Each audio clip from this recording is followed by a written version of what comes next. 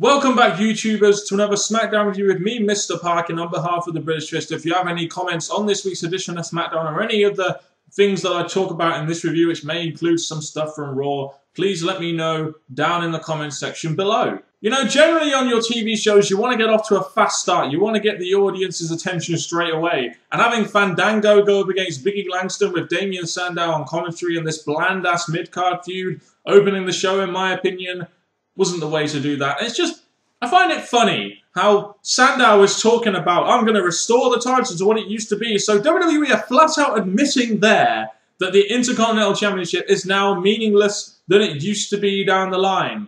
And I don't understand why you have Biggie Langston versus Damien Sandow in this mid-card feud, and there's nothing there. It's just Challenger versus Champion, and this is another mid-card segment where you have one guy who's involved in the feud winning the match while the other guy is on commentary. And can WWE think of something better to do than just Champion versus Challenger and then having the Challenger on commentary? It just strikes to me of another mid-card generic feud, and it's a real shame because I think WWE could do a lot with Biggie Langston, especially considering if they are going to unify the belts, the Intercontinental belt will be a second-tier belt, and I think a guy like Biggie Langston would be perfect for that. But I really wish the creative process would actually, rather than just focusing on all the main event stuff, do what Vince Russo used to do and actually focus on some of the mid-card feuds and actually make the whole show entertaining, which is probably why the show's got ratings back then, because everything seemed to have a purpose.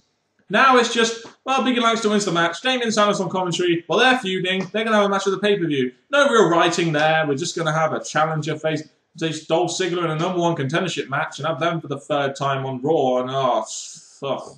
So after the opening segment, not actually in the opening segment, which is generally there to hype up the main event, in the second segment of the evening, we had Randy Orton cutting a promo, and all this was done to set up another match between Randy Orton and Daniel Bryan in the main event of the show. Number one, second segment of the night is hyping up the main event. That's generally not the way to do it. Generally, you put it on the first segment so that people know exactly what they're expected to watch later on in the evening. Maybe it was a mix-up in the editing. I don't know, but in the file I watched, that was the second segment. Even though on the spoilers it says it was the opener. And another match between Daniel Bryan and Randy Orton. I mean, once again, how many times do these guys need to face off? I wasn't interested for their last match. I believe that was a Hell in a Cell. And I really wasn't all that interested in them facing off either really on this SmackDown. But I think it was a nice touch that you had Daniel Bryan there, even though he's got all this shit going on with the Wyatt family right now. You had Daniel Bryan saying that even though he's got all that crap going on, he's still going after whoever is going to be the unified champion. And that's about that. Who the fuck voted for the unified champion? I fucking hope WWE changed that, because that is such a ridiculous name. Oh! And did you see John Cena's epic comeback on Raw? You know, when Randy Orton beat him down and he just no-sold it all and then put him through a table? That's the sign of a real face of the company, brother. So we had Cody Rhodes and Goldust versus Ryback and Curtis Axel, and I was thinking, well, this kind of came out of nowhere. But then I learned that this was actually set up on main event. Okay, so using a C-level show to build up to your B-level show. And by what happened here, please, WWE, don't tell me that Ryback and Axel are the next challengers for the tag champions. Please, you know, these guys have been jobber bitches for a while now, and now all of a sudden they're going to go after the tag team championships. Please tell me this was just a fluke, because I do not give two shits about Ryback and Curtis Axel going after the tag team championships, even though it involves Cody Rhodes and Goldust, two characters that I do actually care about in WWE. Don't do this. Please. Here's a little question for you. How does WWE actually promote so many talents from the developmental roster, yet at the same time just let their characters kind of go to the wayside? I mean, you look at characters like Fandango, once hot earlier this year at WrestleMania. Look at Damien Sandow. He was hot at one point and now he's kind of just like, right now. You look at Ryback. He was really hot at one point and now he's just, Look at Brodus Clay. I mean, when he came in as the Funkasaurus, some people didn't like him, but he got some kind of reaction. And now he's just, And there's all these characters, the primetime players. They were like really hot at one point when they had Abraham Washington. Now they're just kind of, Wade Barrett was once really hot, and now he's Bad News Barrett. I mean, how is it that WWE promotes so many stars, try and make them seem like $1 million, and then all of a sudden, about a year or two later, they're just feeling like another part of the crop? It just kind of annoys me how in a period where WWE should be pushing new stars, they actually make a point of doing it, and then they just kind of fall off it. A great example of that is, of course, Ryback, where they really got him over as a babyface, and then they had him lose loads of pay-per-view matches, then had him randomly turn heel, and now no one gives a shit about him. A guy like Ryback could have been some kind, not a big star, but some kind of star for WWE. And I hope WWE don't fail in their efforts with like people like Biggie Langston and people like that, and just make them try 1 minute and the next minute they're just No, in my opinion. That's just the way it seems in WWE right now. I mean, they've got loads of new talent. We can't deny that. And some good talent, in my opinion. Hell, the Wyatt family and The Shield are still kind of relevant, in my opinion. Cody Rhodes is staying relevant. But a lot of these other characters are just falling off the wayside right now. It's almost like WWE have brought up so many characters, they just can't really focus on, a certain amount at a time. They brought up like 20 people, and they brought up kind of too many at the same time, and they haven't really had a chance to focus on a couple maybe over a few years. They've brought so many in 2 years, they just can't focus on any. Instead of spreading it out over maybe 5 years and giving themselves time to focus on this character, then these characters, then this group, etc. Just a point in time where WWE are transitioning and really need to build new stars. It's a real shame that some of these stars actually don't come to prominence. At a time where WWE really need it. I've got some good news for you, and I've got some bad news for you. The good news is, Wade Barrett is back on TV. But I've also got some bad news for you. WWE have stuck Wade Barrett with a shit gimmick that's never going to get anywhere. Oh, and by the way, he wants to go after the world title and set out a warning to whoever the unified champion would be. And I'm sitting there thinking, yeah, right. Because, he really should have been a champion already. I mean, you're like 6'5", 270 pounds, you can talk and you're British. Really should have been champion by now, shouldn't he, WWE? So on Raw, we had an advertisement for Smackdown being that CM Punk would face a member of the Shield. And I believe this was advertised as the main event as far as I knew. And then all of a sudden, they hype it like that. And then it's the hour main event. And then it's a segment in which absolutely nothing happens. Not exactly the best hype up to SmackDown, in my opinion. Now, I know CM Punk is working with injuries, and that's fair enough, but nothing really happened here. You just had CM Punk versus Dean Ambrose in a match. CM Punk wins. I'm left thinking, why is CM Punk in a feud with The Shield? And why has he got a handicap match with them at TLC? Why is CM Punk feuding with The Shield again? Roman Reigns just randomly spears CM Punk, and then all of a sudden they're in a feud, so there's no real explanation as to why they are actually in a feud, even though WWE are going to try and cover that up somehow. But I don't know. Maybe the authorities are trying to keep CM Punk and Daniel Bryan away from the unified title stuff so they can get the match that they want and the fans don't want. I don't know. Maybe this is all playing with that storyline. If it is, then you can accept my apology now if you say that I'm wrong. But in this segment, it's supposed to be hyped up and just nothing really happened. But I did spot one thing here. The subtle hints of a Roman Reigns babyface turn in that backstage pre-tape when he was going on about how he is going to be taking out CM Punk because he is the biggest, baddest member of the Shield. And then Dean Ambrose says, well then, you must mean me then, brother, because I actually hold a belt. So it looks like they're still going to choose this Roman Reigns babyface turn in the Royal Rumble. If you don't have Roman Reigns eliminate at least 6, 7, or 8 people, then in my opinion, you may as well just not push him.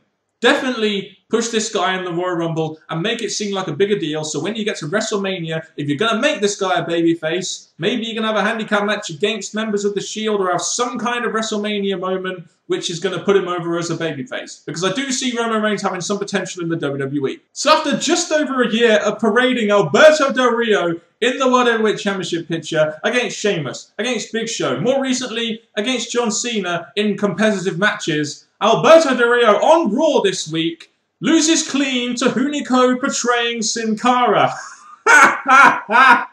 That's what you deserve, Alberto Del Rio. It's time for a new Mexican face to come through because no one gives a shit about your ass anymore. You don't get any reaction at all. I mean, this whole thing with Sin Cara that happened on Raw, he returns, he beats Del Rio. I don't know whether they're going to be trying pushing him, but apparently Mystico has now left WWE and Hunico is the guy in the mask now, and he's the more polished performer, so I can kind of understand why WWE are going there because the Sin Cara gimmick still has some kind of marketability in terms of, you know, merchandising and reaching, you know, a Mexican audience, etc. So I can understand why WWE did this. Del Rio losing to Hunico in a match, that was fucking funny, but at least you had some logical storytelling follow-up on this week's edition of SmackDown, which you don't generally get with WWE. You had Kofi Kingston coming out for a match to face Alberto Del Rio, but Del Rio was very pissed, and thank God they didn't have the match, and this was just a heat segment where Alberto Del Rio was just beating down on Kofi Kingston, being really pissed off after losing to Sin Cara on Raw. This was an actual logical segment which made sense, and actually from a continuance standpoint, made a lot of sense from a storyline standpoint as well.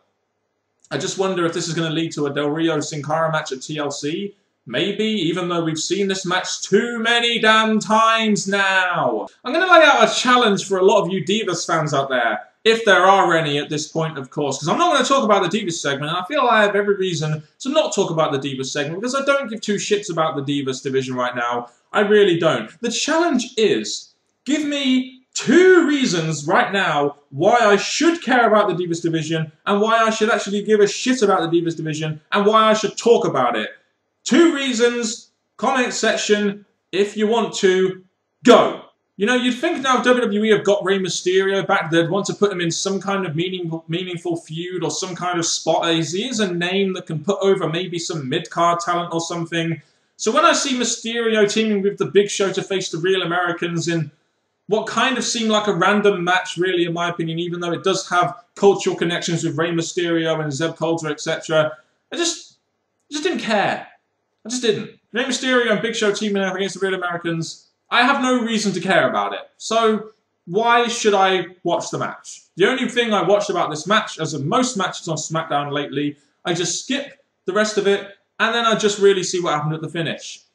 It's really all I need to do in these matches that I don't really care about, to be honest. I just want to comment quickly on Triple H saying that this is going to be one of the most epic matches in WWE history. Now, I know he's playing to kayfabe here, so I'm not being a mark or anything, but all I'm saying is, if John Cena versus Randy Orton was such a big match as you proclaim, why have they never had a match at WrestleMania if it's such a big match, where big matches generally take place? Why is this happening at TLC, which is essentially a filler pay-per-view, which I'm going to get for free on Sky Sports? Why, if it's such a big match, have they fought so many times in the past, not just on pay-per-view, but also on free TV? If it was such a big match, like Bret Hart versus Shawn Michaels, you know, like Undertaker versus Kane, Austin versus Rock, it would be happening at a big pay-per-view in a big time spot, and they wouldn't be facing each other all the damn time. So it's these kind of things that make me think, is this really going to be this epic match? Is it really going to be? Probably not. Because we all know that it's happening at TLC, and this TLC match, because both belts are going to be held above the ring, and there's going to be some kind of screw finish where they're going to take each other's belts, or they're going to take their own belts down, and we're going to continue at it from that point. John Cena versus Randy Orton at TLC. You noticed how Raw pretty much totally pinned everything they had on these two in the main event, and nothing really much else happened on the show. Because WWE are probably thinking to themselves, as people such as the Lex Man and Schleg Daddy have said in their videos, they're probably thinking to themselves, well, oh, people will tune in for John Cena versus Randy Orton because they're two big stars. Well, WWE, look at the ratings right now. You know, viewership went down every single hour, and the rating was worse than last week. I believe it got a 2.67. It's been worse, I know, but that's still a pretty bad rating, in my opinion, considering it's the end of the year, near the holiday season now. So, is this really showing us that Cena and Randy Orton aren't big draws? Or is it, which is in my opinion, just an estimate of where the business is at right now in terms of star power? You know, if you're gonna, even if you put your 2 biggest supposed stars on the roster out there, and you're still getting a shit rating, does that just show that maybe people just don't care about your product anymore? Maybe you're just not appealing to the correct people anymore? Maybe your TV program people just feel is just plain stupid. And there are plenty of reasons I could say for that, which I'm not going to go into in this video, because all you guys should know the reasons that I would possibly say here. So yeah, we had Randy Orton versus Daniel Bryan. I really didn't watch the match because I didn't care about a couple of their matches at the pay-per-view, especially the one at Hell in a Cell, and I sure as hell didn't care about this one. The main reasons why I just don't care about this anymore is because I thought this whole thing would have been done to maybe have Daniel Bryan get this massive triumphant moment over the Authority, and maybe it will still happen. I'm not doubting that. But the more time goes on, the more I just flat out don't believe that WWE will ever make anything like this happen. The more I now just believe that Daniel Bryan was just put there as a place filler until John Cena came back. And that kind of, really annoys me. I mean, I'm not saying that Daniel Bryan is this big star or anything. All I'm saying is, with logical storytelling, if you're going up against the Authority, somewhere down the line, and maybe it'll be at WrestleMania, and if that's the case, then fine. Maybe at some point down the line, Daniel Bryan will actually get his comeuppance on the Authority. Otherwise, that storyline was totally stupid, because he's got screwed so many times, and he didn't even get his revenge, so you didn't even give them a chance to have this big moment, even though he won the title twice. You didn't really ever have that big moment. They kind of built the heat even more and more and more and more, and then they never really gave us a proper payoff. Now, maybe they will in the future, I'm just saying, but having Randy Orton go up against Daniel Bryan right now, I really just didn't care about. And to be honest with you, the Wyatt family providing a distraction for Randy Orton to win, that's logical. But does anyone else think now, just think about this logically.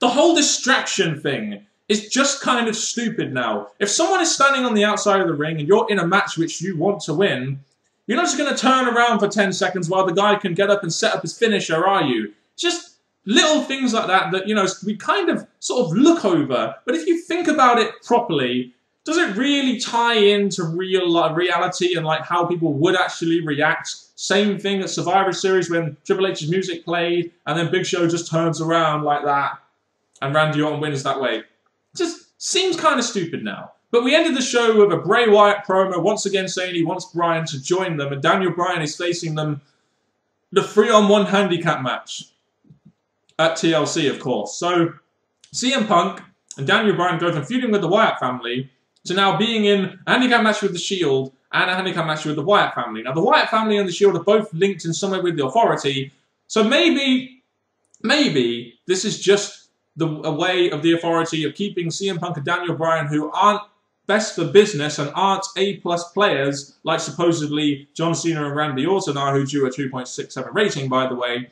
Maybe they're just keeping them down for the time being, so something can happen down the line. I don't know, but just trying to make some kind of prediction for what may happen in the future for WWE. So yeah, Smackdown, the show that fills time between episodes of Raw every Monday. Just the show this week was just meh. I mean, I actually did watch a little bit of Raw this week and last week. People have been saying that Raw has gotten so much better lately. And then I kind of watched a couple of editions of Raw and they're all just like, what's the point? It's just like, it's all about Cena and Orton again right now, and nothing else really seems to matter in the WWE. So there you go. At least TLC is going to be free for me, I guess, which is some kind of consolation. But yeah, this week's edition of Smackdown was just kind of meh. I mean, they gave us Randy Orton versus Daniel Bryan, which I'm guessing a lot of people would think, that's a good main event. But we've seen it too many times. We've seen it so many times, and it's just got to the point where it kind of feels like WWE are just deliberately burying Daniel Bryan now. I don't know, maybe it's just me, I don't know. But if you have any comments on anything that happened on this week's edition of SmackDown, or some of the highlights maybe from Monday's Raw, if you could survive that long, please let me know down in the comment section below. Thank you very much for watching this review if you have, and goodbye.